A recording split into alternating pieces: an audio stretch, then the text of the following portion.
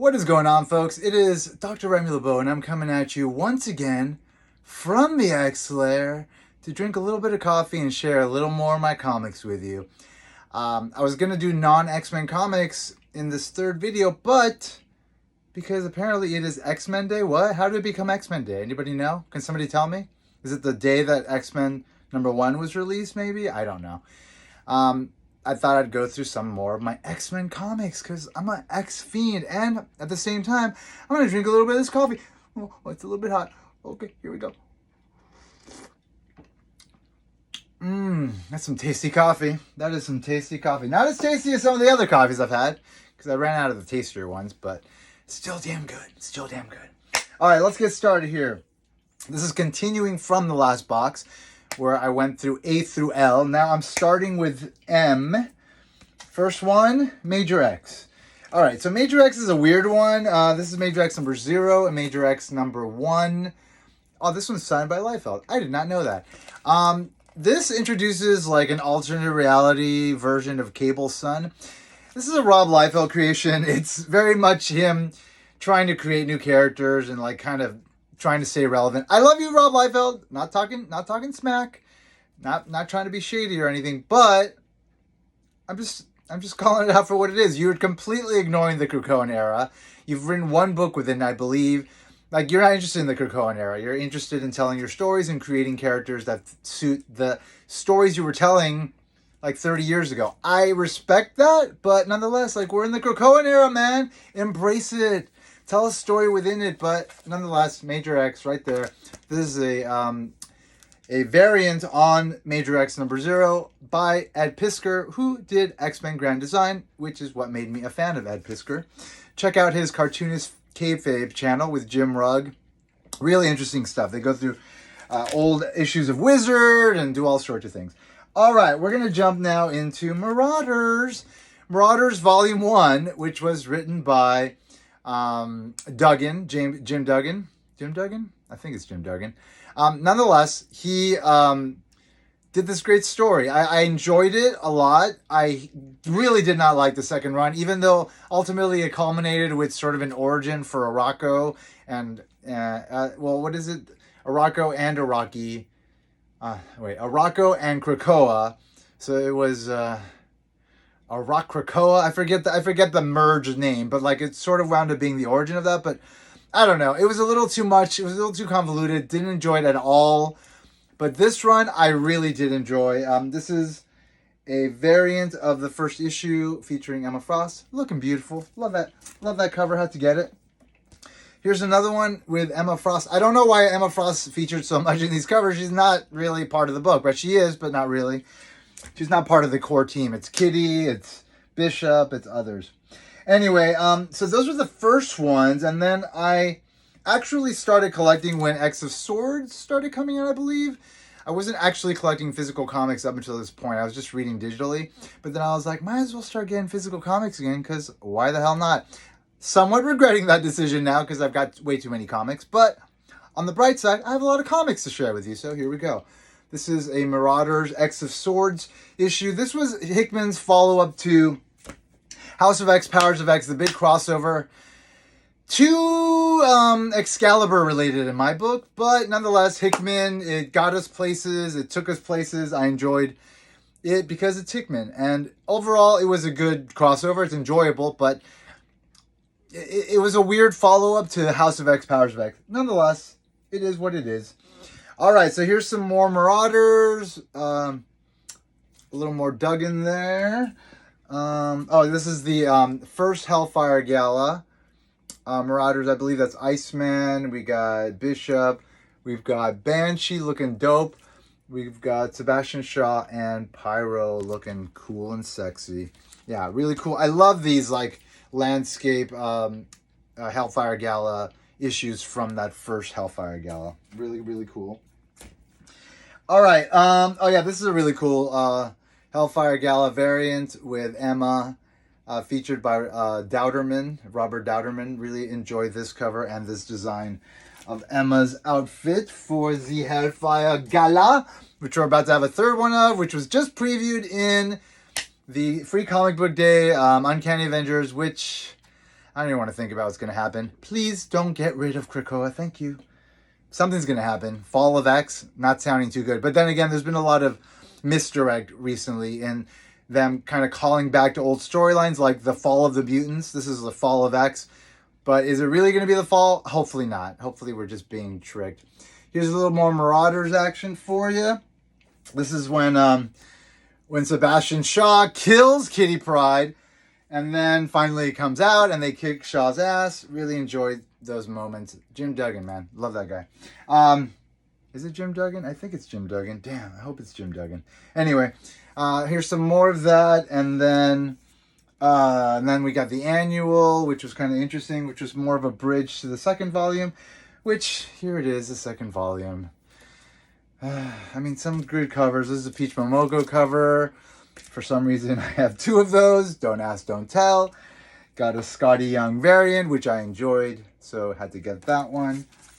And then we just kind of go into it. We got Eric the Red. That one. This is a cool cover. I mean, some of these covers are real cool. What is this? I don't even know what this is. This is when it started to get like, what is going on here? Like, why are we telling this story?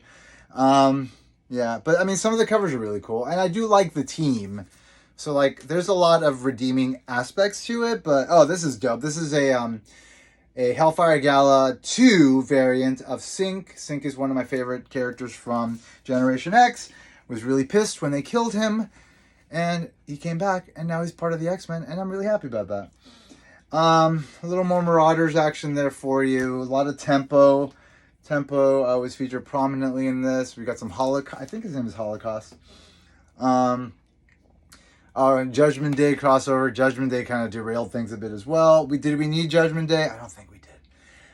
But that's when the secret of mutant resurrection got out, which was a big step forward in the storytelling with respect to the mutants in this new era. So it was important. Had to be told. Did I love it? It was fine. Whatever. I mean, they killed Magneto. Why did you kill Magneto, man? Why do you keep... Like, they had X-Men Red going... It was so good. It was like every issue was so good. And then they kill Magneto. And now, it's still good.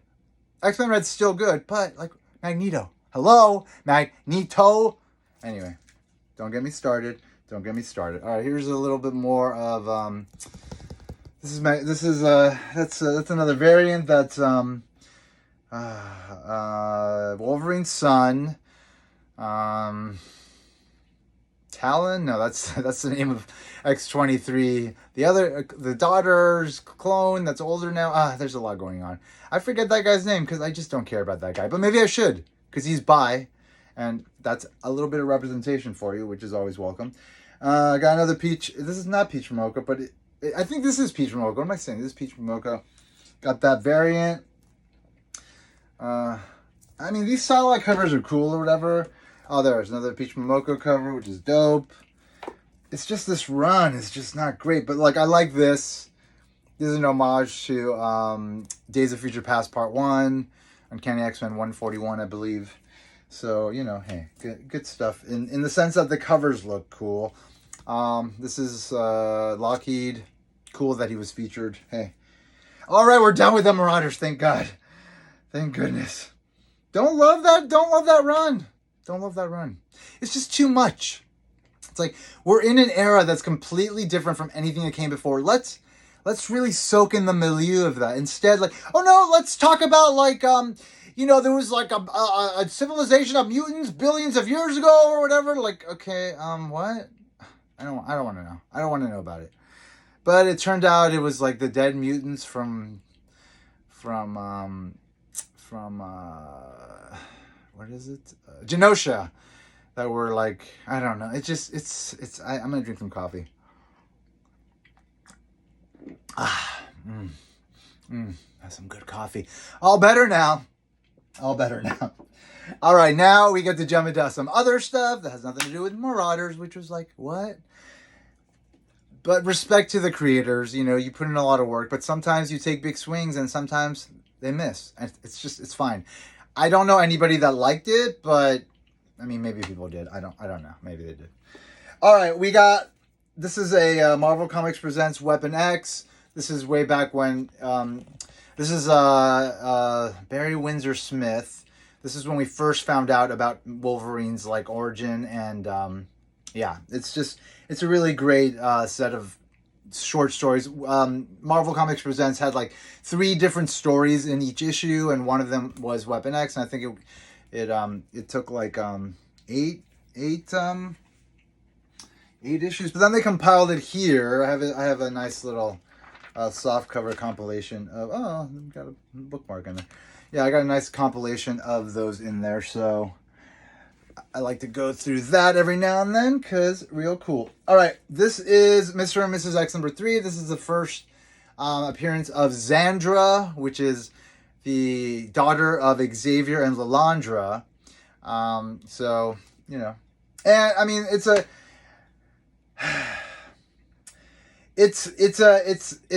a Rogue and Gambit run, which I do enjoy, but I'm not a fan of Terry Dotson's art. Sorry, everyone, not a fan. So yeah, I kind of have mixed feelings about this, but I do like the character of Xandra, so I had to get that. All right, so now we're into New Mutants. So I have one issue here from the original run of New Mutants that Liefeld did. Love all these covers. This is like right when I started collecting, and Liefeld covers of this book were highly coveted and expensive for a kid that couldn't afford it. I'm going to be honest, I would steal money from my dad and buy comics. Don't tell him. Actually, he found out eventually. It was very messy. But nonetheless, finally I was able to get some of these. So got this at some point recently. All right, this is like a recent volume of New Mutants. I think this was like in the aughts. And it introduces one of the New Mutant characters that were introduced in that era. I'm not familiar with all these characters. I do need to read the entire run, so I'm a little bit ignorant with respect to these characters, but nonetheless felt important, so I got it.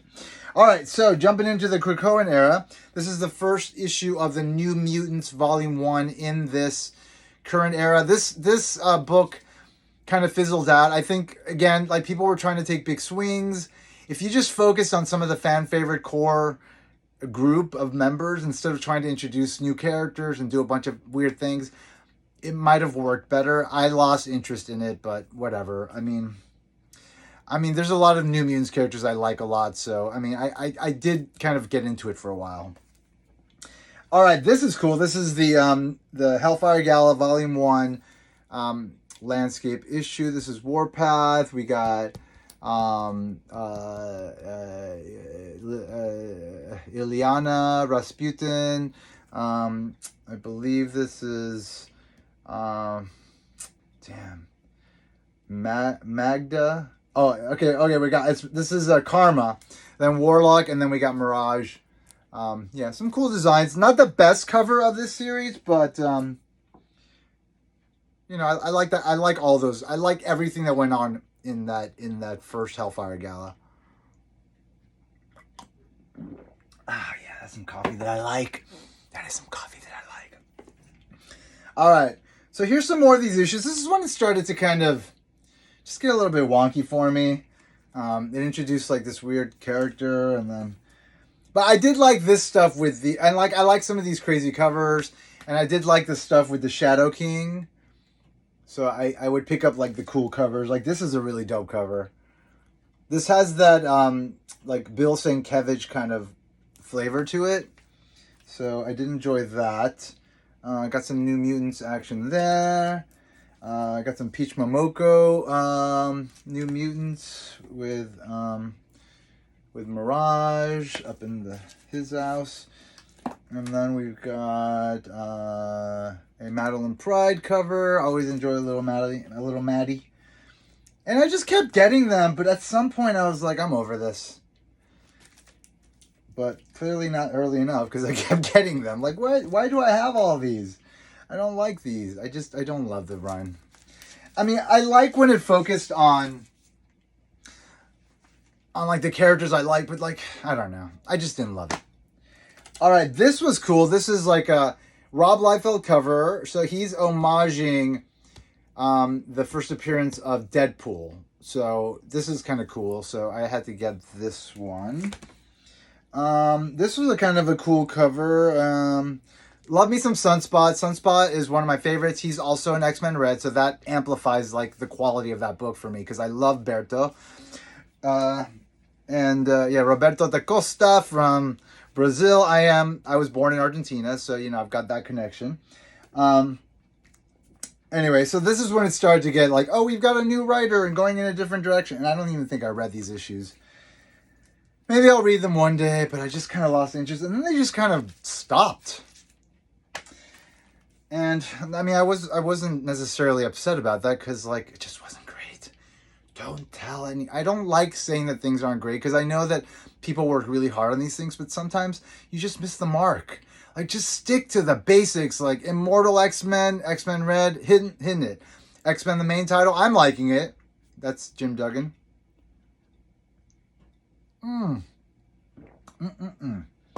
Coffee. All right. So now these are some of the Morrison new X-Men issues. I was at one point going to try to collect them all, but it just never got around to finishing it. But I am going to try at some point because like I really do like this run, and I like Phil Jimenez his artwork, and also what's his name, Frank Quietly. Yeah, I like everything that went on in these books.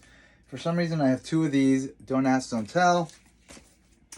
Really like this cover. I think this is the second or third, I don't know. This is an early appearance of Phantom X, which I really like as well. Great character. We need more stuff with Phantom X. Like, they just kind of forget him. It's like, where are the statues? Where are the action figures? Give them to us. Give them to us. We want them. We love him. Yeah, got a little more of these. Yeah, just kind of like, I wanted to kind of get the whole run. And then he kind of Morrison kind of finished off his run with this interesting kind of alternate future storyline, which is kind of cool, you know? Kind of liked it. All right, this is, I believe this is the introduction. Okay, so first of all, this is New X-Men. So this was an interesting run. It happened after House of M. And in this run, like, there was a point where, like, because they introduced a bunch of new young characters, but then they like murdered them all. They like slaughtered them all. I was like, oh my god, this is like some bloody stuff. I really enjoyed it though. And I believe this is the one where I forget his name, but he's like he's from Wakanda, like one of the Wakandan mutants, which we see later in a really cool story where he's kind of like a spy in Wakanda for Storm. Anyway, good stuff. Like this book and therefore got it. And then this is another one that involves some new character, and as well as this one. So just like some new X-Men, some new mutants that were introduced, you know, in the last 20 years. I at one point I was trying to collect all like the first appearance of mutant books. So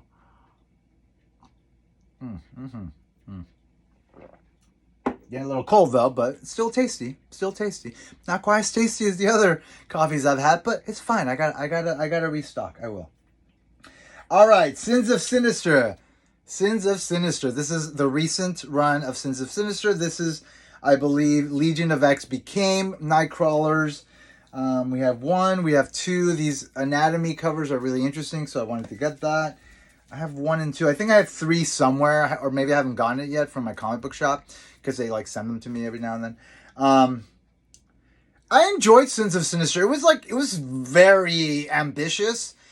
I mean, to go 100 years and then 1,000 years in the future, that's a lot of world building, and like, I think they accomplished it, but like, what I'm really enjoying is the aftermath. Like, what's happening right now, I'm really enjoying that, because like, there's consequences to Sinister. I like that Sinister has become like such a core threat. Like, of course, if you bring Sinister into the fold, he's gonna do sinister things. It's in the freaking name. Hello? So, I really did enjoy that. Alright. Onslaught Revelation, this was like, we're gonna do something big, and then it wasn't big, so, whatever. Alright, what do we got here? This is Hellfire Gala. This is Planet Size X-Men #1. This is the Terraforming of Mars issue. I think, honestly, I'm going to say it. It's my favorite issue of comics. Sorry, everybody. And I had to get the David Nakayama, both the Virgin variant and the like faux magazine cover variant, because I mean it's such an important issue. In fact, I've got a ton of these variants. I got a Ron Lim where he did like the 90s team, which is freaking awesome. I've got the second printing, which is really cool, of the original cover. I've got this variant, the Dowderman Jean Grey one, which is really cool. I've got this Pepe Larraz one, which is really cool. I've got the original cover, which is really cool. I've got the ratio variant of the design of Storm, which was really cool. That involved like her. And by the way, if you've read the recent issue of X-Men, she had like a really cool like dress that involved lightning. I was like, please keep designing things that are cool related to the powers of Storm and even other characters as well, because it doesn't always have to happen in the Hellfire Gala. I mean, why not just have it all the time? Anyway, that is a really important issue to me, and I'm glad I have so many variants of it. And I have another one on the wall over here, which is I think the one in the 1 in 50 variant or something of Storm. Oh, it's just gorgeous. Anyway, so here's the only Powers of X issue I have, which is issue 5 of 6, because I've got it in hardcover. You can see it back here. I should collect all of these at some point, but this is a David Nakayama. I really enjoyed this one. It's like a fun kind of Savage Land. It doesn't relate to what's going on in the book at all, but I enjoyed it. All right, Sabretooth. So, first of all, why do I have 3 copies of this? I have no idea. Nonetheless, this was tying up a thread that was established in the original run of House of X, Powers of X, where Sabretooth was taken down into the pit, right? If you break one of the 3 rules of Krakoa, you wind up in the pit. And then we kind of found out what that meant, and then he got out, and he brought other mutants with him, and it's been a whole thing. Do I love it? No. But do I hate it? No. I'm fine with it. I'm fine with this whole Sabretooth storyline. I enjoy... I'm not usually a big Sabretooth fan. Like, this is the second volume of it, Sabretooth and the X-Isles. Has some of the characters in it that I enjoy. But it is a bit strange, like, what they're doing with it. But nonetheless, like, I mean, whatever. I don't think I'm gonna buy any more physical copies of any more Sabretooth stuff, because it's kind of fun, but I'd rather just read it. I don't need to collect it. Anyway, this is the Scarlet Witch issue 1 of the recent miniseries that came out. I really enjoy this cover. I don't know who did it, but I enjoy it. I have not read this run yet, but at the very end of the run, Magneto is back, but it turns out it's Joseph, I believe, who's like a clone of his from the 90s. Just bring Magneto back. Stop playing games. Stop playing games with me, okay? Bring me my Magneto back. Put him back in X-Men Red. Put the toys back in the box. Okay, you played with the toys. Put them back in the box. Thank you. Hi, I'm Gabe. This is Scarlet Witch. I hear it's fine. I hear it's like, it's cool. This is issue 3. I just got this because I enjoyed like these kind of MCU variant covers that they've been doing. So that was that. This was really weird to me, this Secret X-Men thing. Because like, it was like, did they ever continue this? Like, or was it a one-shot? Even though it didn't end. I felt like it was going to continue. I was like, okay, cool. Like, these are like the leftovers from the first Hellfire Gala that didn't wind up on the team. And then they had a team. And then it just kind of wound up kind of fluttering out. I don't know. I don't understand this, but maybe I just don't understand it. I'm just going to leave it there. I don't get it. I don't understand what happened there. This was like a Son of X Civil War tie-in. This is Quicksilver here. Miniseries. I just like this cover, so I bought it years ago, and I've had it ever since. All right, Sword. Sword is interesting. So Sword is one of the runs of the Krakoan Age.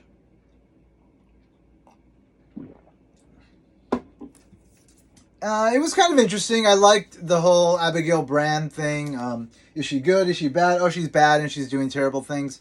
It was fine. It was fine. It played a good role in the whole Rocco thing, so that was cool. This is probably the best thing that came out of it, though. This cover by Dowderman of Storm from the first Hellfire Gala. I mean, come on.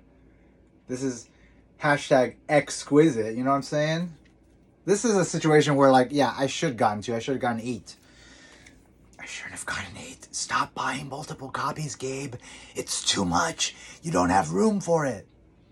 Anyway, this is a design variant of that with Betsy Braddock, and then we've got this guy of the Hellfire Gala 1 landscape variant. I think my favorite aspect of this, of course, is Magneto right there. Magneto's my favorite character. I'm not gonna lie. Does that make me a problem? Maybe Magneto was right. Maybe Magneto was right. Maybe Magneto was right. All right.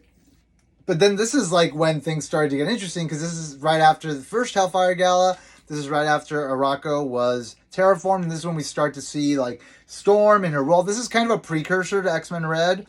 So this is when things start to pick up for me with this book. Definitely a lot of interesting things. I like Manifold. This is the first time I was introduced to Manifold. This is a cool variant. The Joe Jusko Marvel Masterpieces card from the 90s, reproduced on this cover. Had to get it because, I mean, hello, Storm by Joe Jusko. Hello. Then we got some more Storm. I like that they featured him. I forget his name, but something Kid. But he's like super smart. And yeah, we got some more Sword there. All right. Trial of Magneto.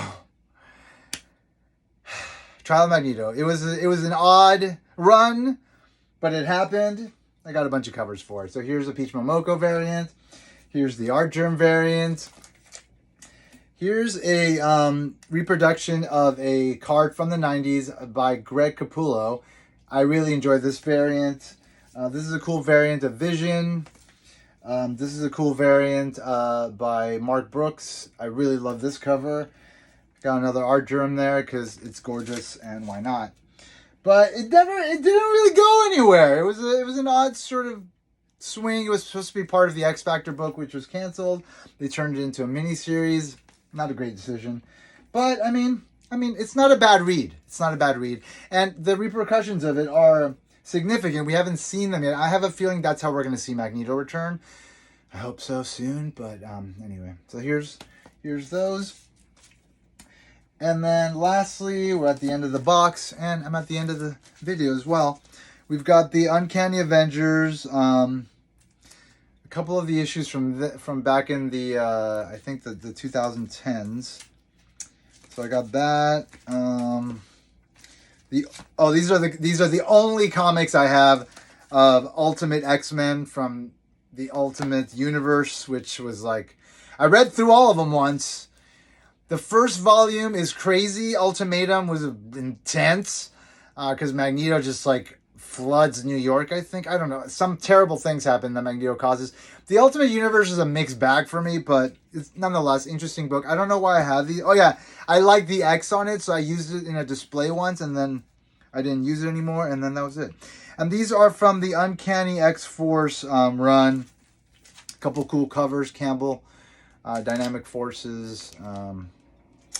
And then this is from the Dark Angel saga, which I really enjoyed. Not brought up much these days, but that's when they introduced, I think, the Apocalypse Seed and like a bunch of weird stuff. Anyway, that is a box of X-Men comics on this X-Men Day 2023. Had to share something. Been a while since I've done one of these videos. Can't do one all the time, but wanted to do one today. Glad I did. Hope you enjoyed it. Hope everybody's having a good weekend.